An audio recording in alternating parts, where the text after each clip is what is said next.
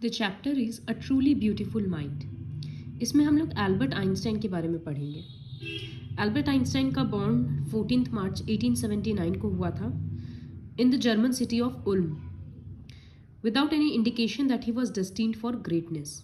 इसका मतलब जब वो पैदा हुए थे तब उनमें कोई ऐसा फीचर नहीं था कि देखकर लगे कि बच्चा बहुत बुद्धिमान है या कोई एक अलग सा साइन कि आगे जाकर बहुत फेमस बनेगा।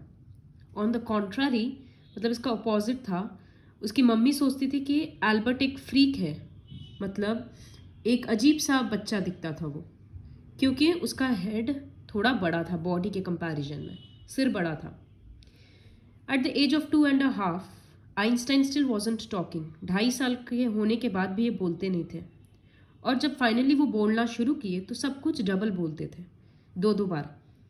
तो उनके बाकी बच्चे जो उनके साथ खेलते थे वो उनको बोलते थे ब्रदर बोरिंग। तो ये मोस्टली अकेले रहते थे खेलने के टाइम पे। उनको मैकेनिकल टॉयज़ वगैरह का, चाबी वगैरह का, बैटरी वगैरह का, टॉयज़ का काफ़ी शौक था। जब उनकी नई सिस्टर का बर्थ हुआ जिसका नाम था माजा, तो वो बोलते हैं fine but where are wheels, इसका चक्का कहाँ पर है, क्योंकि उनको हर चीज़ मतलब खिलौना टाइप का आदत हो गया था। एक हेडमास्टर एक बार उनके पापा को बोला था कि ये मैटर नहीं करेगा कि आइंस्टाइन बड़ा होकर क्या प्रोफेशन चूज़ कर रहा है, क्योंकि वो किसी भी चीज़ में सक्सेसफुल नहीं होगा। आइंस्टाइन मतलब सब उसको डम समझता था। आइंस्टाइन वायलिन बजाना शुरू किया एट द एज ऑफ 6, क्योंकि उनकी मम्मी चाहती थी, और बाद में वो काफ़ी अच्छे गिफ्टेड एमेच्योर वायलिनिस्ट भी बने। एमेच्योर वायलिनिस्ट मतलब, एमेच्योर मतलब बिगिनर, जो अपने इन्जॉयमेंट के लिए कोई काम कर रहा है, प्रोफेशन के तौर पे नहीं। लेकिन एल्बर्ट आइंस्टाइन एक बुरे स्टूडेंट नहीं थे। वो म्यूनिक स्कूल में गए, जहाँ पर आइंस्टाइन का फैमिली मूव किया था जब वो 15 महीना के थे, और हर सब्जेक्ट में उनको अच्छा मार्क्स आता था। लेकिन Einstein hated the schools regimentation.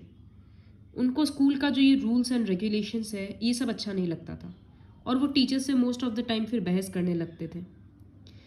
15 साल के एज में आइंस्टाइन को स्कूल में एकदम स्टिफनेस सा लगने लग गया, घुटन सा होने लग गया, इतना रूल्स वगैरह के बीच में, तो वो स्कूल छोड़ दिया। The previous year Albert's parents had moved to Milan and left their son with relatives. उसी के पहले साल उसके पेरेंट्स शिफ्ट हो गए थे मिलान में, और एल्बर्ट अपने रिलेटिव्स के साथ रहते थे। काफ़ी डिस्कशन के बाद उनको एडमिशन दिलाया गया in German speaking Switzerland, in a city which was more liberal than Munich. Einstein maths में और फिजिक्स में बहुत ज़्यादा इंटरेस्टेड थे और गिफ्टेड थे, नेचुरली टैलेंटेड थे। तो स्कूल ख़त्म होने के बाद वो डिसाइड किए कि यूनिवर्सिटी ऑफ ज्यूरिक में पढ़ाई करेंगे। साइंस ही सिर्फ उनको अच्छा नहीं लगता था,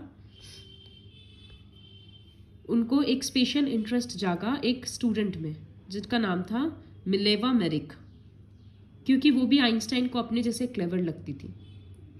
this young Serb who had come to Switzerland, वो स्विट्ज़रलैंड सर्बिया से, सर्बिया जगह है, वहाँ के लोगों को सर्ब बोलते हैं, तो सर्बिया से वो स्विट्ज़रलैंड आई थी पढ़ाई करने के लिए ज्यूरिक में। क्यों? क्योंकि यही कुछ ही यूनिवर्सिटीज़ था जो विमेन को डिग्री देता था, उसमें से यूनिवर्सिटी इन ज्यूरिक एक था। तो आइंस्टाइन को उसमें एक साथी दिखा, अगेंस्ट द फिलिस्टिन्स। फिलिस्टिन्स का मीनिंग यहाँ लिखा है, देखो, a word used disapprovingly to talk about people who do not like art, literature और म्यूजिक। जिन लोगों को आर्ट, लिटरेचर ये सब पसंद नहीं है, उनके लिए ये यूज़ होता है।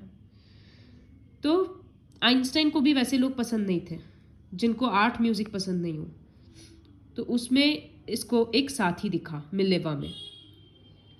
वो लोग कॉन्स्टेंटली एक दूसरे को लेटर्स वगैरह लिखते रहते थे, साइंटिफिक फैक्ट्स वगैरह भी यूज़ करते थे, जैसे लिख रहे हैं, how happy and proud I shall be when we both have brought our work on relativity to a victorious conclusion.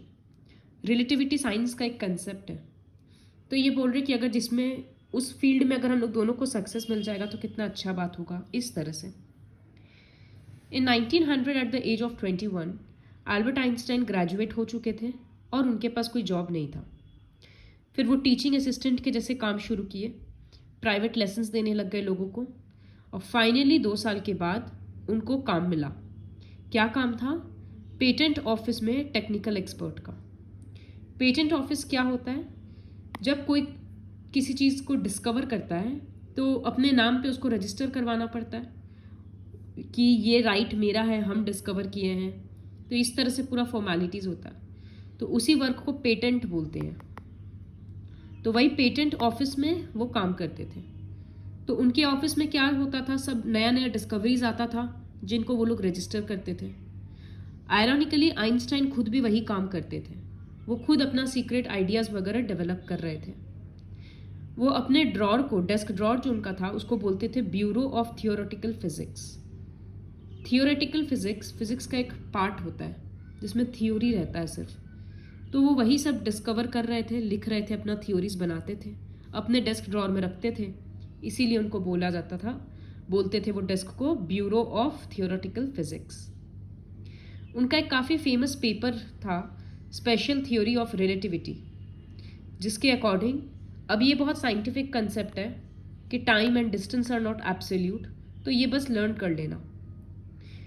इसके अकॉर्डिंग कि अगर दो क्लॉक है, दोनों में सेम टाइम है, सपोज अभी दोनों में 12 बज रहा है, अब दोनों अलग अलग राउंड लगा कर आएगा अलग अलग स्पीड से, और सेम टाइम पे वापस सपोज 1 घंटा घूम फिर के आ गया, लेकिन दोनों का घूमने का स्पीड अलग अलग था, तो दोनों में टाइम अलग अलग हो जाएगा। सपोज किसी में 1 बज रहा है तो किसी में 12:50 या 55, इस तरह से।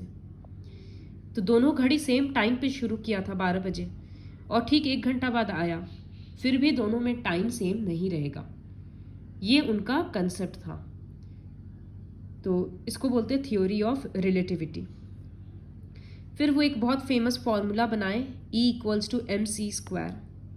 ये फॉर्मूला भी लर्न करना है, जहाँ E एनर्जी है, m मास है और c स्पीड ऑफ लाइट है। While Einstein was solving the most difficult problems in physics, उनका प्राइवेट लाइफ अनरावल हो रहा था, मतलब स्टार्ट हो रहा था। एल्बर्ट मिलेवा से तुरंत पढ़ाई ख़त्म होने के बाद ही शादी करना चाहते थे, लेकिन उनकी मम्मी अगेंस्ट थी इस बात के। उनको लगा कि मिलेवा खुद भी इसी तरह की लड़की है, मतलब इंटेलिजेंस में आइंस्टाइन के बराबर है, तो वो आइंस्टाइन के जैसे ही रहेगी, she is a book like you. तो Einstein put the wedding off, एक बार के लिए वो शादी का प्लान कैंसिल किए, लेकिन फाइनली 1903 में वो लोग शादी कर लिए और उनका 2 बेटा हुआ। फिर कुछ साल के बाद लेकिन मैरिज में प्रॉब्लम शुरू होने लग गया। मिलेवा अपना इंटेलेक्चुअल एम्बिशन तो खो चुकी थी क्योंकि घर घर का काम में रह गई और एक अनहैप्पी हाउसवाइफ बन गई थी। आपस में पूरे टाइम लड़ाई चलते रहता था, तो फाइनली वो लोग 1919 में डिवोर्स लेकर अलग हो गए। आइंस्टाइन उसी साल अपने कज़न एल्सा से शादी कर लिए। आइंस्टाइन का एक पेपर पब्लिश हुआ था 1915 में, वही जनरल थ्योरी ऑफ रिलेटिविटी में, तो जिससे वो ग्रेविटी का कंसेप्ट एक्सप्लेन कर रहे थे, एक्लिप्सेस का कंसेप्ट वो बता रहे थे कि ग्रहण को प्रिडिक्ट किया जा सकता है और इस तरह से। और ये जब 1919 में एक सोलर एक्लिप्स हुआ, उनका प्रेडिक्शन सही हुआ, वो एडवांस में ही सब कैलकुलेट करके बताए थे, तो उनका पेपर प्रूव हो गया कि वो जो बोले हैं वो पूरा थ्योरी सही है। न्यूज़पेपर में उनका वर्क साइंटिफिक रेवोल्यूशन के तौर पे पब्लिश किया जाने लगा कि बहुत बड़ा साइंटिफिक रेवोल्यूशन है ये। आइंस्टाइन को 2 साल के बाद, 1919 से 2 साल के बाद, 2 साल के बाद नोबेल प्राइज़ मिला फिज़िक्स के लिए, और अलग अलग जगह से इन्विटेशंस और सब मिलने लग गया, तो वो काफ़ी फेमस हो गए। When the Nazis came to power in Germany, नाज़ीज़ के बारे में हम लोग हिस्ट्री में पढ़ेंगे, जब वो लोग जर्मनी में आए तो आइंस्टाइन यूएस शिफ्ट हो गए।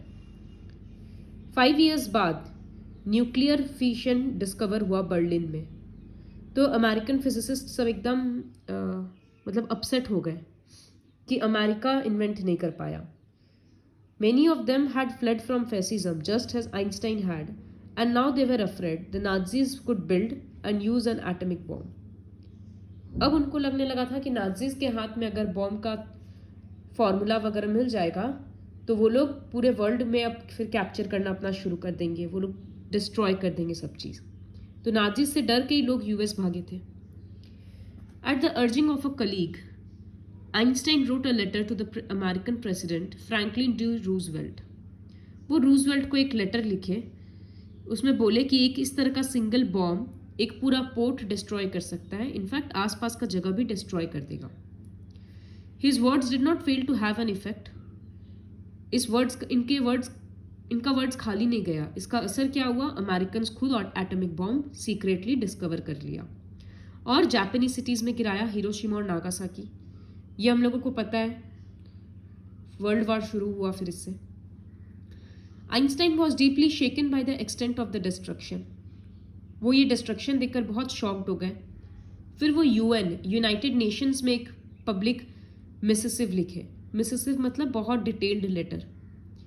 उसमें वो बोले कि वर्ल्ड गवर्नमेंट का फॉर्मेशन होना चाहिए जो सारे कंट्रीज़ को कंट्रोल करेगा, लेकिन इस लेटर का कोई असर नहीं हुआ। नेक्स्ट 10 साल के अंदर में आइंस्टाइन पॉलिटिक्स में बहुत इन्वॉल्व हुए। वो आर्म्स बिल्डअप के अगेंस्ट थे कि जो वेपन्स, इस तरह से नया नया डिस्ट्रक्टिव वेपन्स इन्वेंट किया जा रहा है, इसको रोकना चाहिए। पीस और डेमोक्रेसी का वो कैंपेनिंग करते थे। तो जब आइंस्टाइन का डेथ हुआ एट द एज ऑफ 76, उनको एक विजनरी और वर्ल्ड सिटीजन के तौर पे सेलिब्रेट किया गया। विजनरी मतलब जो बहुत दूर का सोचता हो। तो ये पहले ही एटॉमिक बॉम्ब का डिस्ट्रक्टिव नेचर वगैरह बताए थे। ये एक वर्ल्ड के सिटीजन होने के नाते वर्ल्ड का भलाई के कारण कैंपेनिंग करते थे, पॉलिटिक्स में इन्वॉल्व हुए, और साइंटिफिक जीनियस तो ये थे ही। तो इसी वजह से इनको विजनरी और वर्ल्ड सिटीजन बोला गया है। So this is the chapter a truly beautiful mind.